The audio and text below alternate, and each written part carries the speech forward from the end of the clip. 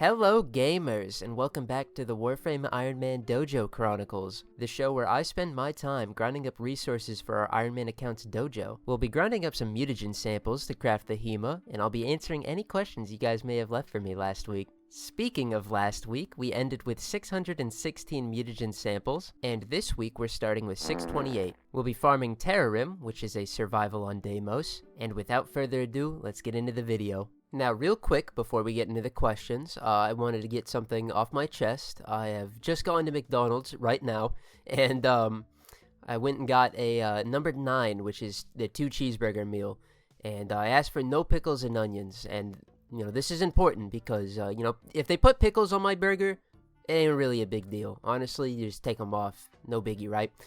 But if McDonald's put onions on your burgers, those shits are cooked. They're fucking ruined. They're, actually, it's the equivalent of pissing on them. I mean, they make those onions, the diced onions, with, actual malice, orphan tears, and, actual jankum. It's horrible. Oh my god, I hate the McDonald's onions so much. And, yep, my 2 burgers, they have fucking onions on them, and I can't eat them now. They're actually ruined. And no, I'm not being dramatic about it. They fucking suck. I hate their onions so much. There is so much hate in my heart for McDonald's onions. I can't believe I just got Mick molested, and now I'm ranting about it in a Warframe Iron Man Hema grind session video.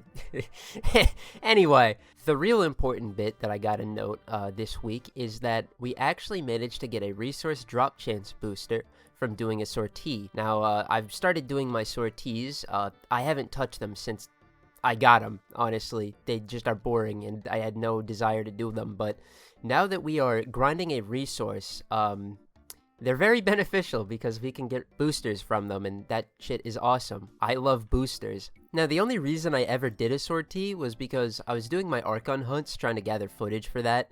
It's for one of the upcoming episodes, you'll see it soon. And I figured I might as well just do a sortie just for shits and giggles, and it dropped me a resource drop chance booster.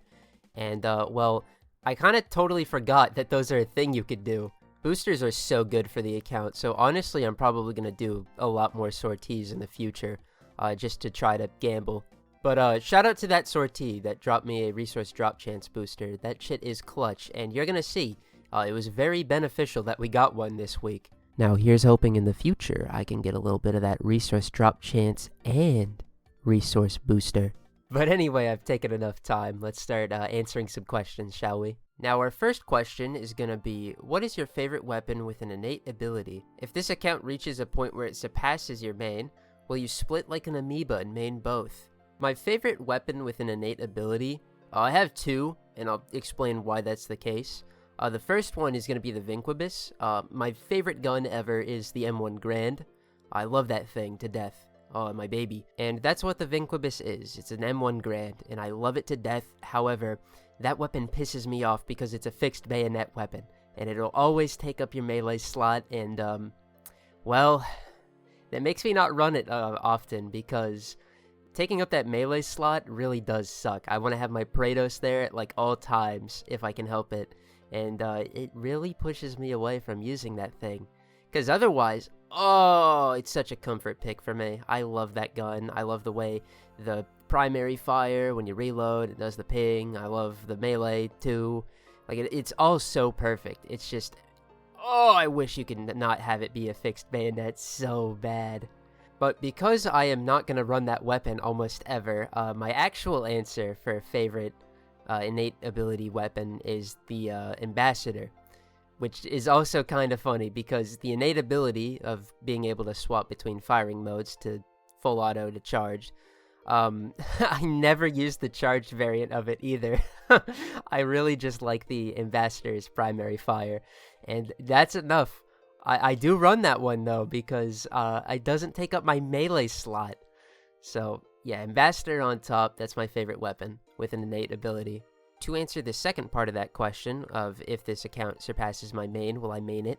No, I won't main the Iron Man, which is crazy to say considering that, in the last 6 months, I've probably gotten 1,000 hours on Warframe, and realistically, the split is 900 hours on the Warframe Iron Man and 100 on the main, if I'm being generous.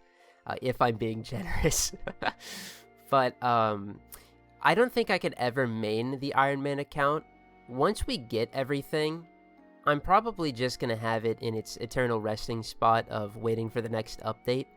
I know that kind of sucks, but I mean, we're talking about I have everything on the Iron Man. That's why I'll stop playing it. And at that point, there's really no reason to play on it further, because the whole point of playing on the account is to acquire everything. More so than that, though, the slot locking issue. If I'm playing on my account to have fun and I want to try out different things, it's just not sustainable to do on the Iron Man. Like, sure, I have all the tools available in terms of, like, arcanes and mods, but slot lock, I plan on never opening this account to trading at this point. I just think that if I were to do that, it would just ruin all of the fun that I have with the Iron Man account of thinking about, you know, what's important to fill slots and all that. So, you know, I mean, we're talking a couple years, or maybe multiple years in the future, but if that ever hits and we're sitting there like, damn, we did it all, expect the Iron Man to rest peacefully, knowing that his job is complete. Well, at least until another update comes around, because honestly, this account is my baby. And, well, yeah, that's that. Alright, moving on to our second question, we have, which frames would you say are your least favorite? What about your most favorite?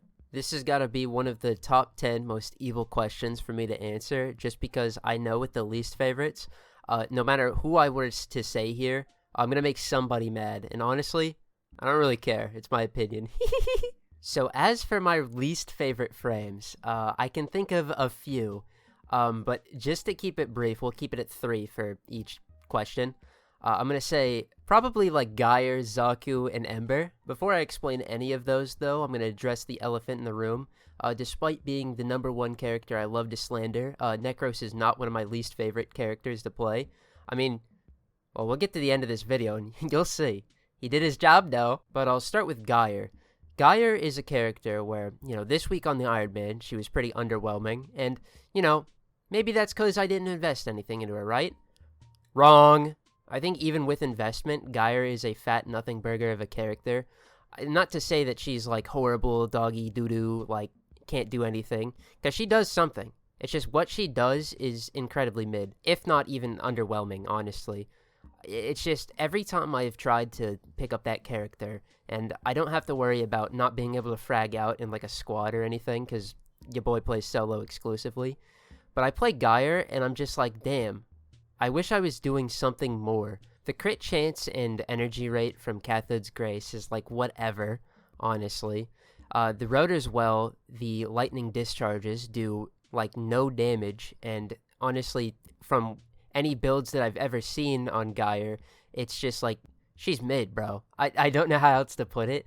Every time I'm playing her, I just wish I was playing somebody else. And this is, you know, with the knowledge of having an actual build on her that I'm comfortable with, that I could bring to EDA and ETA, I don't like her. She just does nothing. Then we have Zaku, and I just don't like playing Zaku because you're this character that is just like, you know, be automated and have the game play for you. Like, that's the ideal power fantasy. But even still, you can't really do that because, you know, you have to recast Vast Untime constantly to maintain Grasp of Loke. And even still, you have to recast Grasp of Loke when the enemy levels scale. Zada's Whisper, I'm not like a huge glazer of. It is a very good ability, but I just don't care. Also, if I'm playing Zaku, I'm very fucking scared for my life. That character is a paperweight. From experience, that 75% dodge chance with Vast Untime up is like 0. I just fucking eat bullets and die. Give me a Huras Kubro or I retire. It's just not my cup of tea. And then we get to Ember, where, I mean, this one should be quite obvious. She is very valid at the bottom of the barrel. Ember is just, what if I wanted to play a heat character when there's 1,000 better options, honestly. Oh, you want to play a heat weapon platform? Just go play Uriel. Oh, you want to stack 1,000,000 heat stacks? Just go play Uriel. Oh, you want to play a tanky heat character? You can play like Nija or Temple now with the augment. Or Uriel. Like, Ember is just kind of outdated, and that's not entirely her fault. I mean, she is old. But then you actually look at her kit, and it's like, holy shit, This is ass. The immolation from 2, like that immolation meter, is just asinine. I don't get why it exists. It does nothing but hurt you, and that's just, it feels bad. Her augment for her 3, Fire Blast, which is supposed to be like her saving grace, is so weak and pitiful that it's just sad. And Inferno is, well, it's just ass. One thing I could say about all 3 of these characters that I've listed that are my least favorite is that they don't really provide any utility to like an arsenal. Like, I could play all of these 3 characters and sure they'll work, but they aren't really the best at anything or don't really have any niches, honestly. And these days I've come to really value characters that can provide something of utility to like my Warframe loadout. So yeah, that hurts all of these characters quite a lot. Now moving on to my favorite characters where I get to be positive. Honestly, 3 that I could pick out very quickly would be probably Frost, Chroma, and Folly. Yeah, bet you didn't see that coming. Frost has been one of my goats for quite a while, and that really started when EDA came out, and Mirror Defense was just such an atrocious bastard because I never used Healing Specters, and that honestly was on me. The only real problem I had with Frost was his low energy pool, but that was fixed with Arcane Sculptor, so to me now, he's a phenomenal character. He is a bit of an augment fiend, but all of that aside, his 1, if you use, Freeze Force, is a very good ability. It also is able to cancel your bubbles, which is helpful. His 2 fucking sucks, but you just get rid of that, no problem. His Snow Globe is really good for defending objectives, and the 4 is a really good armor strip and crowd control, but it also generates you Overguard because you're never leaving home without that augment. I really like the state that Frost is in, and I love playing him.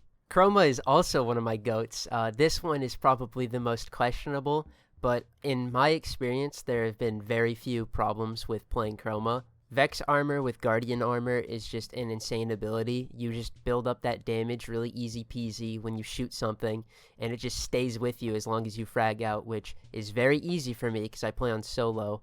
Elemental Ward is interesting, but it is pretty weak. The 1 sucks ass, and honestly swapping around for Elemental Ward shenanigans is just not impressive, so that's your Helmet ability. But he is a absolute beast when it comes to credit generating, because his effigy can double credits 60% of the time. A lot of characters don't have some random ass wacky sort of utility to just pull out of nowhere, but Chroma does. Until they add another character that can double credits, he is the credit goat. And I respect that. That is a invaluable tool, especially on the Iron Man where we're always broke. And I really do value that.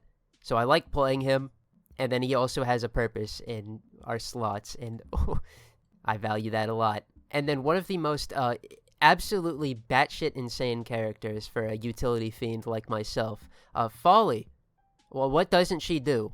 I mean, I guess there are some things she doesn't do well, but I mean, come on, bro. Chains of Harrow, you just unlock a character that's not even hard to get, I'd say. You just have to get lucky. That is a problem, but you can just crank those missions out really easy, honestly. Even on normal path. And you get this character that has Rolling Guard base kit, the 2 that does like almost everything. The 3 is a defense-oriented ability. You can get damage reduction on a defense target pretty easily, and it also generates you a bunch of ink blot, so you can get resources back. And her 4 sucks, but this is an awesome the ability sucks, because in the 4th slot, you can do this awesome thing called Precision Intensify, and then put Roar in that slot. And on that character, that is absolutely busted, because Strength doesn't scale the power of the Shadowgrapher, but Roar does, so you get to put Roar in the strongest slot and absolutely juice the shit out of the already OP arc traps and whatever other stuff you want to use in there. And she's just crazy, especially for how early on you get that character. She's such a doll, bro. I love Folly. Awesome character. Anyway, that was my favorite and least favorite characters. Feel free to try to correct my opinion in the comments, but I'm going to let you know this has all come from personal experience, and you aren't going to be able to change my mind.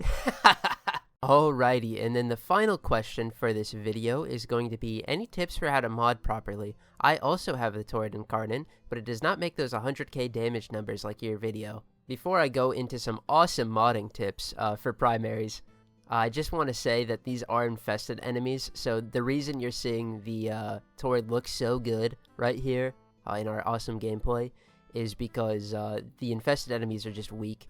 Especially how we have our turret built. They are taking the full brunt of the turret's might. So, just wanted to clarify. Also, this week, it's kind of looking a bit weaker because I forgot to put on Tenacious Bond on our Chesakubro that we are using. That does add on a 1.2 crit multiplier at the end of the day, but I forgot, honestly, so that's not in effect. So it probably does look weaker here. But I'm going to swap over to in-game, and I'll give some tips on how to mod. Alright, here's how we have our turret set up. Firstly, we have to talk about the evolutions. I'll just hover over them real quick, because these are the ones that I think are best. We could come in here and talk about this one, Plentiful Mayhem. I've never fucking liked this thing, honestly, because it's entirely reliant on hitting your last shot in the magazine for the primary fire, and I'm not really using the turret for the primary fire. I'm using that shit for the incarnate. So we use Final Fusillade. That +3 multi-shot on last shot is, who cares, but it has a way higher increased base damage of 51 over 31, and that does affect the incarnate form. But moving on to the build, and we'll talk about how to mod this thing properly. This is what I run. I was on Firestorm over Serration just to try it out because Primary Merciless is already giving us our base damage, but I didn't really notice, at least with default Firestorm, any increase in hitting my beams. I'm kind of aiming with the turret directly at stuff anyway.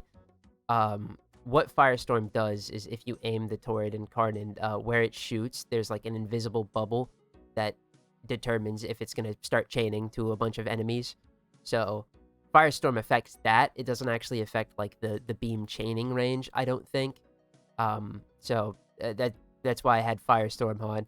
Anyway, let me just talk about briefly how I go about modding things. For the turret, this is kind of like one of the easiest weapons to mod of all time, and I say that not as an insult to anybody that doesn't know quite how to mod, but just because this thing is really powerful and it's kind of flexible too.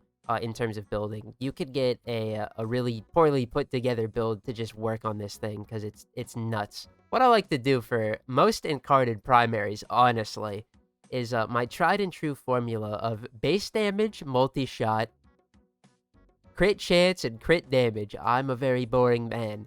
And also fire rate. In terms of the turret, we are on Vile Acceleration, which, you know, is a little bit of a damage hindrance, but this thing is too cracked where it doesn't really matter. Also, we have a lot of damage built in. And then once we have our crit core and our stats looking good, I like to slap viral and heat on every weapon. You don't need to do this most of the time because you could totally get away with like putting nourish on all of your characters, and that's how you get viral. But I like to mod them with the expectation that that's not always going to be the case. So I do just like putting viral and heat on my weapons, and the reason we go for viral and heat is because shit's overpowered, man. What can I say? This is covering all of our bases. Viral is increasing our damage to the target for the more stacks of viral we have, and then heat is just one of the best dots because it's also an armor strip at the same time. And that combined with the increase of damage of viral, it's just ridiculous. But that's not the only way you have to build a turret. Let's come over to here to see the base stats. Okay, get Malignant Force off of there. That is not the mod that I meant to put on. There we go, Vital Sense. This is a very generic core. This thing crits, and it crit good. So we want our easy crit, as well as multi-shot. Multi-shot's just kind of a given. But where do we go with this? The turret is, you know, got base toxin. You know, where are we going to go with this? We want to get base damage in here. We can do that either by going Serration, and then perhaps we run a different arcane other than Merciless. Merciless is just quite nice because this thing does get a lot of kills. It also adds a little bit of reload speed, meaning that you can transfer into the Incarnate faster, which is nice because you do that constantly on this thing. But, you know, maybe we are playing a character with a bunch of armor, so we could think about running like Bulwark. Or maybe we just want to stack up fat, yummy statuses and we use Crux. I wouldn't recommend that because the ammo efficiency isn't really doing much for you, but, you know, there's options. There's plenty of options. But this is what I would do as a start, like, every time. And you don't have to have, like, crit delay, for example, or galvanized. Like, you straight up can just come in here with the good old-fashioned, like, point strike, viral sense, split chamber insuration. And, like, this is good. This is a good start. Especially because point strike is going to guarantee that when you evolve into your Incarnate form, you're guaranteed critting. You don't have as many chances to hit orange crits, but, like, this is really good for a start. And then next, I totally recommend it. Just come in here and, like, to the best of your ability, get viral and heat on a on a motherfucker. Viral and heat is so ridiculous. I can't stress that enough. This doesn't have any fire rate right here, but, like, you know, you could, like, you can make it work. Also, this is just expecting that you don't have the 60/60s, which I would recommend that you very well should. And, I mean, but this will work just good enough. I'm not going to show it. You're just going to have to take my word for it. No, believe me. This thing is just ridiculous. And never say that you just suck at modding. Blame the game. This game is terrible at teaching people how to mod. Unless you are sitting there, like, in the lab 24/7 testing things out, you're never going to learn it unless you try it, or you learn from an external source. So don't blame yourself. Blame the game. But anyway, you probably didn't care about all that. You just wanted to see this. Just run this. This shit works. Alrighty, gamers, but let's wrap this up. We ended with a total of 359 mutagen samples collected, which, oh, it's so good. This brings us to a total of 987 mutagen samples collected. But gamers, I want to thank y'all for watching. If you liked this video, leave a like. If you disliked it, you can do that too. Any questions you have for me, just leave in the comments below, and I might answer them next week, in the next installment of the Warframe Iron Man Dojo Chronicles, the Hema Saga grind. Otherwise, see you next Thursday.